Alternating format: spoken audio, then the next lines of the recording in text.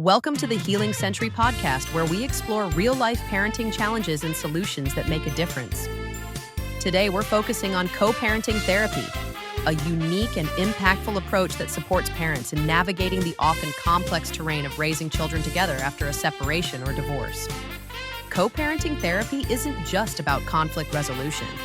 It's about building communication skills, fostering a child-centered focus, and ensuring that children thrive despite changes in family dynamics. It involves structured support from professionals who help parents coordinate their efforts, reduce conflict, and create a consistent, nurturing environment for their kids. And who better to guide us through this topic than our special guest today, Dr. Daneshrad.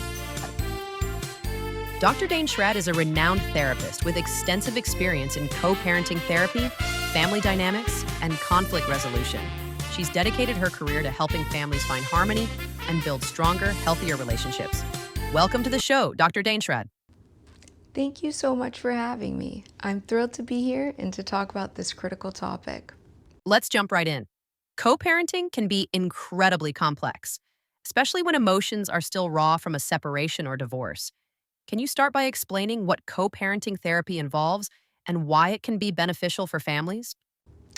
Absolutely. Co-parenting therapy is a structured approach that helps parents navigate the challenges of raising children together when they are no longer in a romantic relationship.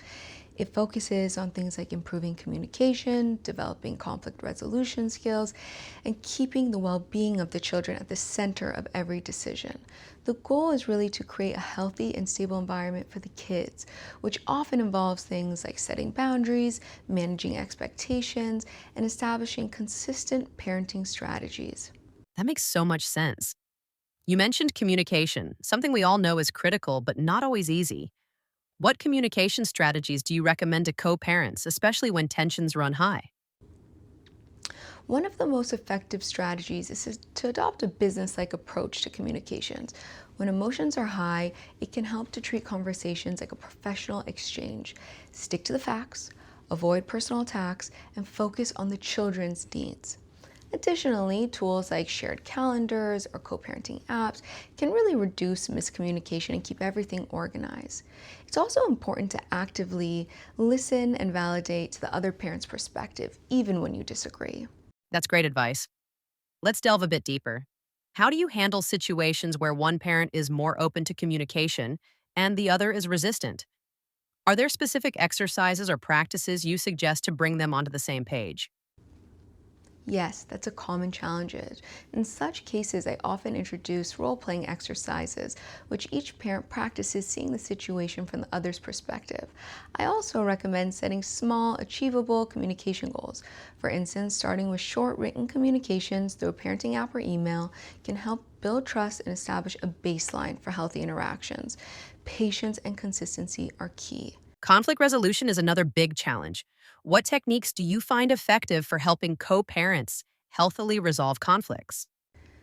Conflict is inevitable, but how it's managed makes all the difference. I often teach parents to use I statements instead of you statements. For example, I feel concerned when our plans are changed at the last minute instead of you always mess up the schedule. This reduces defensiveness and keeps the conversation productive. Mediation can also be beneficial when parents struggle to find common ground. Having a neutral party to facilitate the conversation can make a big difference. And what about parenting coordination? Many of our listeners might not be familiar with this term. Can you explain what it is and how it helps co-parents? Of course, parenting coordination involves working with a trained professional who assists high conflict parents in managing co-parenting responsibility. The coordinator or therapist helps implement the parenting plan, resolve disputes, and make decisions in the best interest of the children. This service is beneficial for families where courts are just not enough and they don't ensure the communication and cooperation that is needed.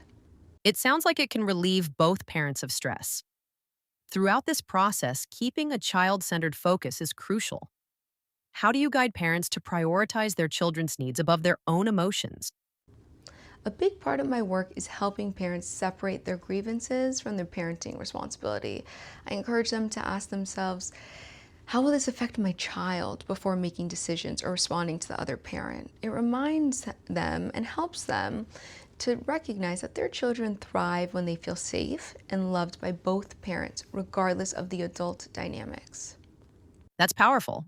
Let's also touch on the role of extended family. How can co-parents manage the influence of grandparents, aunts, uncles, and others, ensuring that children receive consistent messaging and support? This is an excellent point.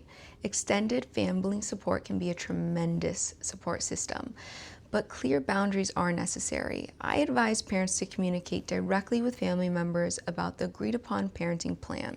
Providing a unified front helps avoid confusion and prevents children from being placed in the middle of these conflicting messages. Consistency and clarity are vital. Before we wrap up, do you have any final thoughts or advice for parents struggling to find balance in their co-parenting relationship? My biggest piece of advice is to focus on progress, not perfection. Co-parenting is a journey, and it's okay to make mistakes along the way. As long as both parents are committed to keeping their children's best interests at heart and are willing to learn and grow, there's always hope for a healthier co-parenting dynamic. Thank you so much, Dr. Daneshrad, for sharing your wisdom with us today. I know our listeners will find this conversation incredibly helpful. Before you go, how can listeners get in touch with you? Thank you. It's been a pleasure speaking with you. Listeners can get in touch with us by visiting our website at www.centurypsychologygroup.com.